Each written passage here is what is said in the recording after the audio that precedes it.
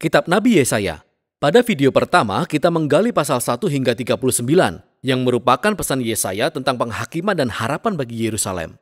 Dia menuduh para pemimpin Yerusalem memberontak melawan Allah dan berkata bahwa melalui Asyur dan Babel, kerajaan Israel akan diruntuhkan sebagai bagian penghakiman Allah. Dan pasal 39 diakhiri dengan Yesaya memprediksikan jatuhnya Yerusalem ke tangan Babel dan pembuangan. Dan 100 tahun setelah Yesaya, sayangnya semua hal ini terjadi. Namun harapan Yesaya yang lebih besar adalah untuk Yerusalem baru yang dimurnikan, di mana kerajaan Allah akan dipulihkan melalui Raja Mesianik masa depan dan semua bangsa akan berkumpul dalam damai.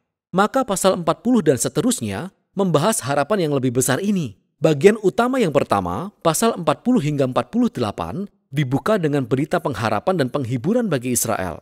Mereka diberitahu bahwa pembuangan ke Babel telah berakhir dan dosa Israel telah dihapus. Dan era baru sedang dimulai sehingga mereka semua harus kembali pulang ke Yerusalem, di mana Allah sendiri akan membawa kerajaannya dan semua bangsa akan melihat kemuliaannya. Nah, mari berhenti sejenak karena berita pembuka ini menimbulkan pertanyaan besar, yaitu siapa yang menyatakan hal ini? Suara siapakah yang kita dengar dalam kalimat pengharapan ini?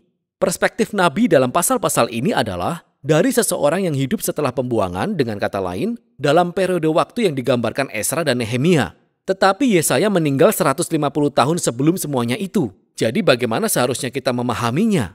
Ada banyak orang yang berpikir itu masih Yesaya dalam masanya sendiri yang sedang berbicara. Tapi dia telah dibawa secara profetik, bisa dikatakan demikian, ke masa 200 tahun kemudian. Dan bahwa dia berbicara kepada generasi masa depan, seolah-olah masa pembuangan telah berlalu. Akan tetapi, kitab Yesaya sendiri memberikan beberapa petunjuk bahwa ada sesuatu yang lain yang mungkin terjadi. Dalam pasal 8, 29 dan 30, kita dapati bahwa setelah Yesaya ditolak oleh para pemimpin Israel, ia menulis dan memeterai gulungan yang berisi seluruh pesan penghakiman dan pengharapan, lalu meneruskannya kepada para muridnya sebagai saksi bagi masa mendatang. Akhirnya Yesaya meninggal sambil masih menantikan Allah membuktikan perkataannya. Nah, perlu diingat, pasal 1 hingga 39 dirancang untuk menunjukkan kepada kita bahwa perkiraan Yesaya digenapi dalam pembuangan. Dia adalah nabi sejati. Jadi setelah pembuangan berakhir, murid-murid Yesaya yang telah menyimpan pesannya begitu lama, membuka gulungan tersebut dan mulai menerapkan perkataan pengharapannya pada masa mereka. Jadi menurut pandangan ini, kitab Yesaya terdiri dari kumpulan perkataan Yesaya yang pertama, dan juga tulisan-tulisan murid-murid kenabiannya, yang Tuhan pakai untuk meneruskan pesan pengharapan Yesaya kepada generasi mendatang. Pandangan manapun yang kita ambil, semua orang setuju bahwa pasal-pasal ini memberitakan bahwa harapan masa depan telah datang, bahwa Allah sedang menggenapi janji-janji profetik Yesaya, dan sang nabi berharap agar Israel akan meresponinya dengan menjadi hamba Allah. Yakni setelah mengalami keadilan dan kemurahan Allah, lewat sejarah bahwa mereka akan mulai menceritakan kepada bangsa-bangsa siapakah sebenarnya Allah itu. Tetapi bukan itu yang terjadi. Bukannya menjadi saksi bagi bangsa-bangsa, Israel justru mengeluh dan bahkan menuduh Tuhan. Mereka berkata, Tuhan tidak memperhatikan kesusahan kita, bahkan Dia mengabaikan seruan kita. Pembuangan ke Babel, dan bisa dimengerti, menyebabkan Israel kehilangan iman kepada Tuhan mereka. Maksudnya mungkin Dia tidak sehebat itu. Mungkin Allah-Allah Babel lebih hebat dari Allah kita. Dan sisa pasal 41 hingga 47 dibuat seperti adegan pengadilan. Allah meresponi keraguan-raguan dan tuduhan-tuduhan ini dengan sanggahan berikut ini. Pertama, ia berkata bahwa pembuangan ke Babel bukanlah pengabaian ilahi, melainkan secara ilahi diatur sebagai penghakiman atas dosa Israel. Yang kedua, itu demi kebaikan Israel bahwa Allah membangkitkan Persia untuk menaklukkan Babel, sehingga mereka dapat kembali menggenapi perkataan Yesaya. Jadi kesimpulan yang benar yang harus diambil Israel adalah bahwa Allah merekalah yang merupakan raja dari sejarah dan bukannya berhala milik bangsa-bangsa lain. Pada kejatuhan Babel dan kebangkitan Raja Persia, Kores, Israel perlu melihat tangan Tuhan bekerja dan dengan demikian menjadi hambanya yang memberitakan kepada bangsa-bangsa siapakah Dia sebenarnya.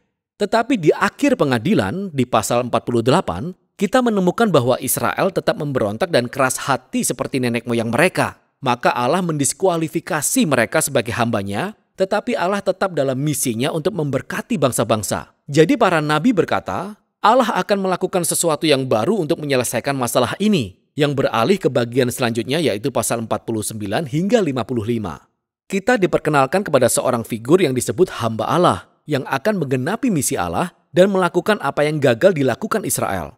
Allah memberikan hamba ini sebutan Israel dan mengutus orang ini ke dalam misi untuk pertama-tama memulihkan umat Israel kepada Allahnya. Tapi yang kedua untuk menjadi terang Allah bagi bangsa-bangsa.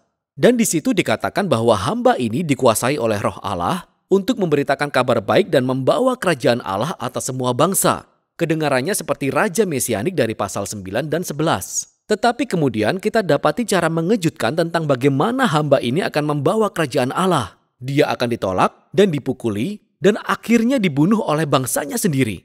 Kenyataannya, saat dia dituduh dan dijatuhi hukuman mati, dia mati demi dosa bangsanya sendiri. Sang nabi berkata, kematian hamba ini adalah sebagai korban penebusan atas kejahatan dan pemberontakan orang-orang. Dan kemudian setelah kematiannya, tiba-tiba hamba itu hidup kembali. Dan kita mendengar bahwa oleh kematiannya, ia menyediakan jalan untuk membenarkan orang-orang, yakni menempatkan mereka dalam hubungan yang benar dengan Allah. Dan bagian ini diakhiri dengan menggambarkan dua cara bagaimana orang-orang dapat meresponi hamba ini. Beberapa akan meresponinya dengan kerendahan hati dan berbalik dari dosa-dosanya serta menerima apa yang dilakukan hamba Allah bagi mereka. Orang-orang ini disebut para hamba dan juga tunas. Ingat tunas kudus dari pasal 6. Mereka adalah orang-orang yang akan menikmati berkat kerajaan Mesianik. Tetapi ada orang lain yang disebut orang-orang jahat yang menolak hamba tersebut dan hamba-hambanya yang kemudian membawa kita ke bagian terakhir kitab ini, pasal 56 hingga 66, di mana para hamba tersebut mewarisi kerajaan Allah. Pasal-pasal ini dirancang dengan indah sebagai simetri yang menyatukan semua tema kitab ini. Di bagian inti terdapat 3 puisi indah yang menggambarkan bagaimana hamba yang dikuasai roh memberitakan kabar baik kerajaan Allah kepada orang miskin. Dan dia menegaskan kembali semua janji pengharapan dari awal kitab ini. Yerusalem baru yang dihuni oleh para hamba Allah akan menjadi sumber mengalirnya keadilan dan kemurahan dan berkat Allah kepada bangsa-bangsa di bumi. Dan puisi ini dikelilingi oleh 2 doa panjang tentang pertobatan di mana para hamba tersebut mengakui dosa Israel. Dan mereka berduka atas semua kejahatan yang mereka lihat di dunia sekeliling mereka. Maka mereka meminta Allah untuk mengampuni mereka dan agar kerajaannya akan datang di bumi seperti di surga. Sekarang di setiap sisi doa-doa ini adalah kumpulan lebih banyak puisi yang membedakan nasib para hamba dengan nasib orang-orang jahat yang menganiaya mereka. Allah berkata, Ia akan menyatakan keadilannya pada semua orang yang mencemari dunianya yang baik dengan kejahatan dan keegoisan dan penyembahan berhala mereka. Dan Ia akan mengeluarkan mereka dari kotanya selamanya. Tetapi hamba-hambanya, orang-orang yang merendahkan hati di hadapan Allah dan bertobat dan mengakui kejahatan mereka, mereka diampuni dan mereka akan mewarisi Yerusalem baru yang kita ketahui sebagai gambaran ciptaan baru, di mana kematian dan penderitaan telah hilang selamanya.